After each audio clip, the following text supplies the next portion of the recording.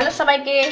আজকে দুপুরে আমাদের পান্তা খাওয়া, মানে আমরা এমনিতে শীতল ষষ্ঠীতে একবার খাই, তাছাড়া আর খাই না।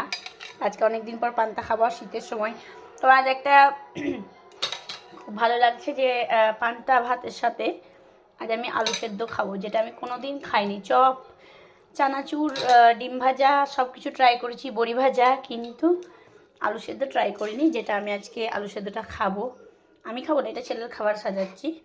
সাথে একটা পেঁয়াজ, তো লঙ্কা খাবে না, আর একটু সরষের তেল। লঙ্কা খাবি? হ্যাঁ দাও। এই যে লঙ্কা খাবে কি না জানি না। এরপরে ডিম ভাজা, এই যে ডিম ভাজা, এটাই অয়নের ডিম ভাজা লঙ্কা ছাড়া। আর এখানে আছে আলু ভাজা। আলু ভাজা লঙ্কাটা দেওয়া যাবে না, ঝাল লাগবে ওকে। তো এই হলো আজ আমাদের দুপুরের খাওয়া।